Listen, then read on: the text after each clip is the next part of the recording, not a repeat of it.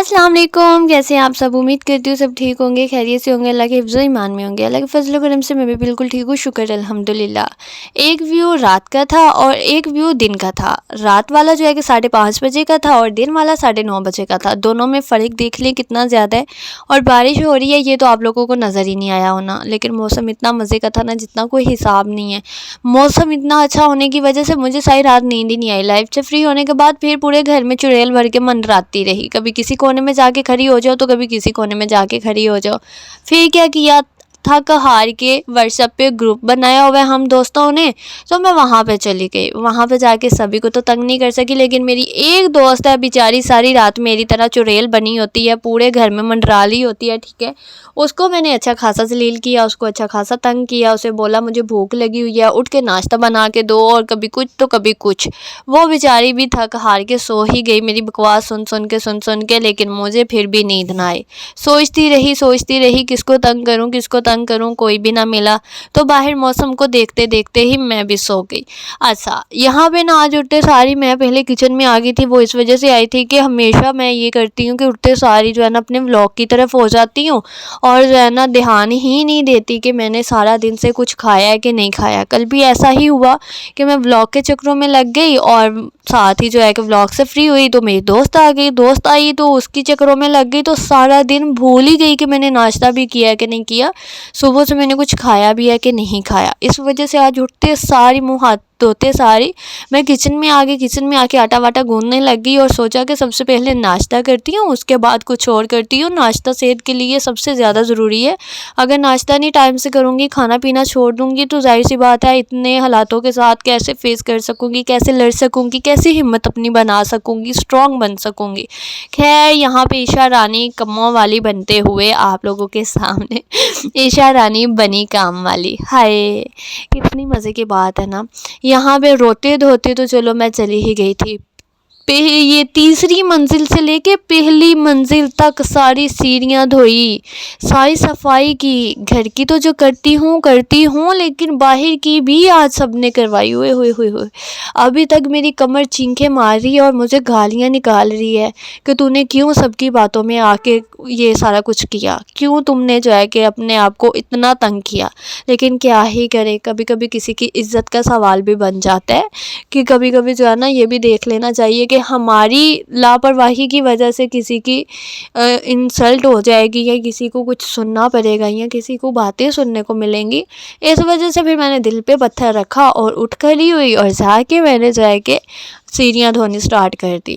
कपड़े मुझे इस वजह से चेंज करने पड़े क्योंकि मुझे पता था कपड़े गीले हो जाने, और कपड़े गीले हो गए तो फिर मुझे उलझन होनी है। तो ये वाले कपड़े, रफ़ कपड़े मैंने पहन लिए, और अब ये कपड़े मैं चेंज करके दूसरे पहन लूँगी। हाय अल्लाह, मुझे फिर से मेरे प्यारे से सब्सक्राइबर ने डांटना है कि भाई आप मुझे बर्थडे विश ही नहीं करती। तो आज की वीडियो में जो है कि मैं अपने उस सब्सक्राइबर को बर्थडे विश करना चाहूँगी जो कि डेली मेरी लाइफ पे भी आता है और डेली मेरी वीडियोस पर भी आता है। बहुत अच्छा लगता है मुझे जब भी मैं देखती हूँ कि सभी मेरी लाइव पर बहुत प्रॉपर टाइमिंग दे रहे हैं, और लाइव के अलावा वीडियोस पर भी टाइमिंग दे रहे हैं।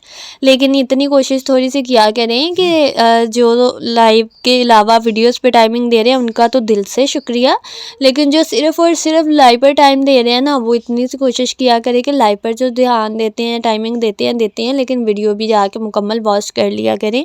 मेरे लिए वो भी बहुत ज़्यादा ज़रूरी होता है। तो अच्छा जी, यहाँ पे जो है कि फिर से मैंने भूल जाना था। भूलने की बीमारी मुझे कुछ ज़्यादा ही लग गई है, लगता है काचा बादाम खाने ही पड़ेंगे मुझे। चलें, काचा बादाम तो हम बाद में खाएंगे, पहले यहाँ पे विश कर दें ताकि हम भूल ना जाएं। Thank you so much Johnny king. पहले नंबर पे तो आप इतनी टाइमिंग देते हैं उसके लिए दिल से शुक्रिया आपका। दूसरे नंबर पे आपको बहुत सारी विशेस के साथ हैप्पी बर्थडे। अल्लाह पाक आपको हमेशा सलामत रखे, खुश रखे, आबाद रखे, आपके बहुत अच्छे नसीब करे, आपकी किस्मत बहुत अच्छी करे, और अपने वालिदैन के हक़ में हमेशा आप लोगों को जो है, आपको जो है ना सही साबित करे। अपने बहन भाइयों के हक़ में आपको जो है कि सही साबित किया जाए, आपके हक़ में अल्लाह पाक उन सबको सही साबित करे।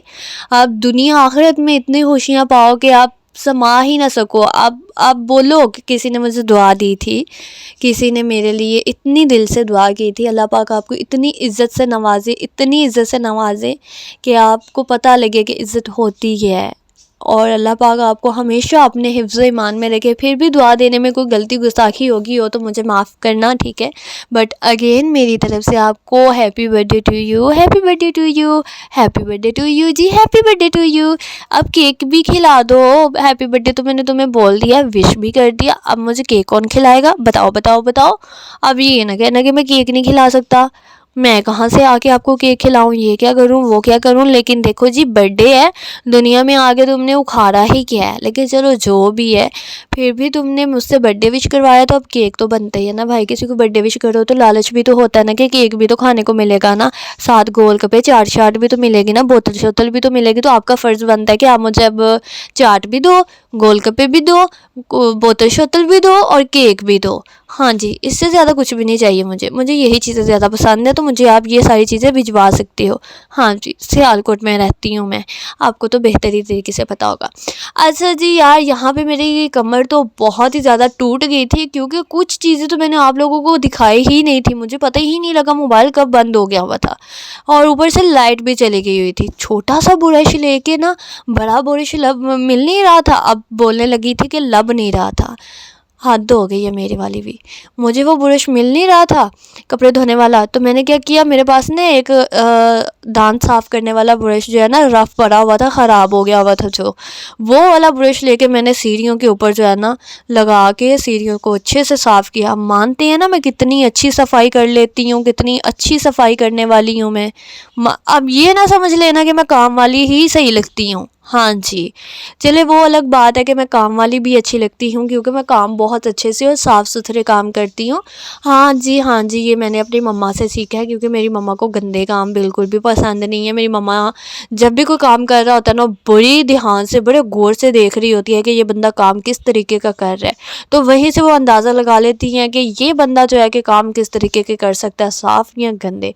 एक तो बुढ़िया अम्मा जड़ियाँ ने ना, अल्लाह दी कसम है, बहुत ज़्यादा हुशियार होंदियां ने, बड़ियां चीज़ों के विच जेह्ड़ा ना इन्ना ध्यान रखदियां ने जिड्डा कोई हिसाब नहीं है। वैसे मेरी मम्मा को शुरू से आदत है कि मेरी मम्मा जो है ना बहुत ज़्यादा काम पे जो है ना फोकस करती हैं, ध्यान देती हैं।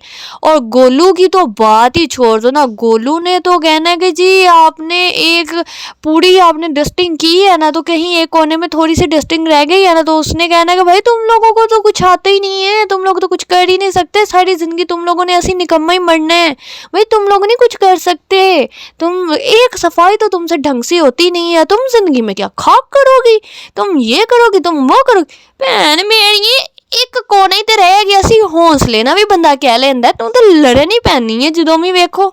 चलो कोई गल नहीं, सारे तुसी एदी हदायत आस्ते दुआ करियो कि थोड़ी हौसले नाल भी गल कर ले करे, हमेशा लड़ती ही रहंदी है सारियां दे नाल, वो भी इन्ना लड़दी कि अगले बंदे दी उंज जान निकल के हाथ से आ जावे। खैर यहाँ पे फिर क्या ही कर सकती थी कि घर वालों ने मुझसे सीढ़ियाँ तो धुलाई, साथ में मुझसे कमरा भी सारा साफ करवाया और मुझे बोला कि कमरा भी साफ करो, और कमरे में देखो कितनी ज़्यादा शर्ट्स जो है कि वो ऐसे निकाल के फेंकी हुई है। और मैं तुहाडी नौकर हाँ, मैनू इन्नी गल दस दिओ हाँ जरा, मैं कि कमाल ही पैदा होई सां दुनिया ते। चलो मन्निया मैं अपना ना कमाल ईशा रखिया सी, पर तुसी ते मैनू सीरियस ही लै गए हो। उड़ी तुसी प्लैनिंग दे नाल मैनू आखिया सी ए वाला ना रख। बहुत ही अफसोस दी गल है, लेकिन इत्थे गाने सुनदिया जरा ना मैं अपना काम ते खत्म कर चुकी सी, इसलिए इत्थे थोड़ी सारी ड्रामेबाजी भी कर रही सी। सिर नू बहुत ज़्यादा दर्द होने लग गया, इस वजह दे नाल जो है कि आई होप तुहानू अज दा व्लॉग मेरा अच्छा लगा होएगा। अगर अच्छा लगा हो तो लाइक शेयर सब्सक्राइब करना नहीं भूलना। मिलते हैं इंशाल्लाह नेक्स्ट व्लॉग में। बाय बाय, अल्लाह हाफिज़।